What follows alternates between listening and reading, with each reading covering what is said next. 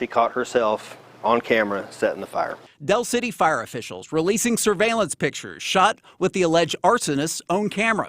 It all started last week. Fire crews battling huge flames in the garage of this Del City home. Police noticed cameras in one of the home's yards. 59-year-old Annie Durham giving investigators permission to look at her footage, where it turns out she had a starring role, allegedly throwing something on fire over her fence into the neighbor's open side door. But the story gets even more bizarre. News 4 talked to Durham that day, moments after the fire was put out. All I know, I was in the house and I saw smoke, but I was like, okay, maybe everything's okay, they'll put it out or whatever. Fire officials anxious to take a look at the person we talked to. We could easily be talking about a firefighter fatality. Durham arrested, facing second-degree arson charges.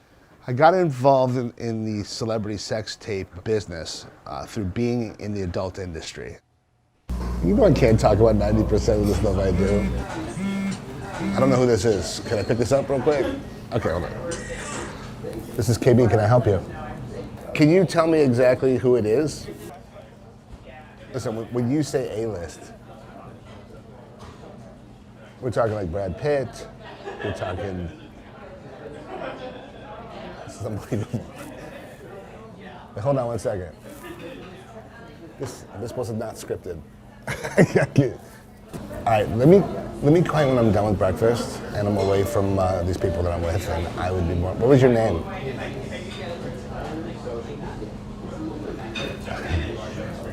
Can you just give me a first name? I gotta call you something when I call you back. Jane? Okay. All right. Probably about an hour. Thank you very much. Bye-bye.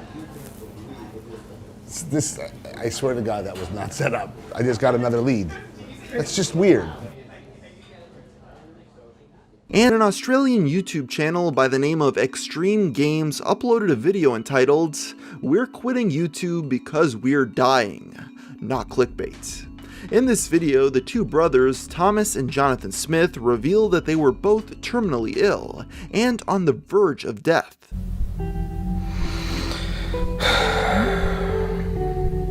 This is the end. We're quitting YouTube. This isn't clickbait. It's not a joke either. It's sad because this is what we love doing. This is what we love doing so much. And our bodies literally can't do it anymore. It should be noted that this channel with over 4 million subscribers made content catering to young children with uploads about fidget spinners and Nerf guns. I've been fighting this kidney disease now for literally 4 years, and it's finally got the best of me. I can't literally fight it anymore. And you know how painful it is to be locked inside your own body with all this fluid that you can't physically move, you can't eat, you're not hungry. Thomas then states that he is dying of vertigo, and claims that every moment of his life feels like right after you get off a roller coaster and the world is spinning around you. This almost immediately raises some red flags. The term vertigo is defined as a sensation of spinning dizziness. You most certainly can't die from vertigo in the way he's describing, but it doesn't end there. After revealing their fate, in true YouTube fashion, they then proceed to promote an iPhone giveaway. They then address their fans directly, reminding them to subscribe, which I assume wouldn't be very high up on your priority list if you were about to pass away. This blatant level of exploitation of their young fans was enough to catch the attention of YouTuber Leon Lush, who later uploaded a video debunking their story the same month. A few days later, they uploaded their own video responding to Leon Lush's. Here they admit that while they received no official diagnosis from any licensed medical doctors despite attending multiple checkups, they still suffered chronic headaches. At one point, they even claimed that instead of being terminally ill, they were actually at risk of suicide now. Jonathan then claims at one point he was genuinely going to develop cancer, liver diseases, and quote-unquote, all sorts of things like that before the chiropractor cured him. The brothers had run multiple fake giveaways over the past few months, and seemingly never delivered the reward. This resulted in them being criticized beyond faking their deaths, as this activity is flat out illegal. As a result, they began to delete a large portion of their catalog, including the video claiming that they were going to die from vertigo and kidney failure, which has resulted in the controversy becoming largely forgotten. Now that it's been over a year, it seems that their audience has fully moved on past the incident. To this very day, the brothers continue to regularly produce content as if nothing ever happened. He is the most hideous dancer I've ever seen in my life. I mean, it was horrible, and this guy was sweating all over me. Like, his sweat was like, it was raining basically everywhere, and I was just like, whoa, grossed out from it. But I knew I had to keep him happy because that's what Jeffrey and Gillian would expect from me. She described dancing with you, and you profusely sweating, and that she went on to have bath, possibly. There's a slight problem with the sweating because I have a peculiar medical condition, which is that I don't sweat, or I didn't sweat at the time.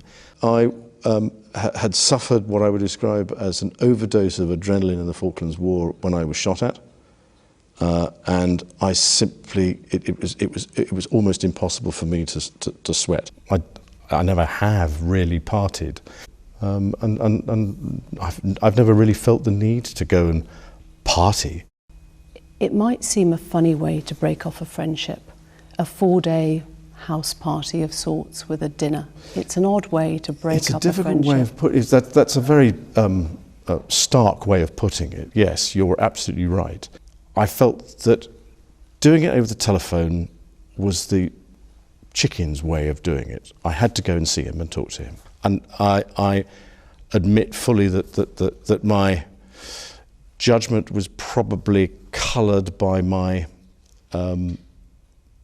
tendency to be too honourable. People on the inside are going to keep coming up with these ridiculous excuses.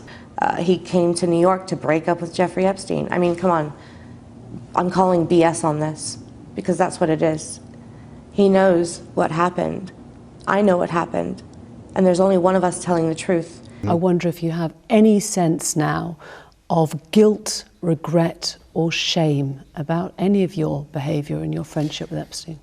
Do I regret the fact that he has quite obviously conducted himself in a manner unbecoming? Yes.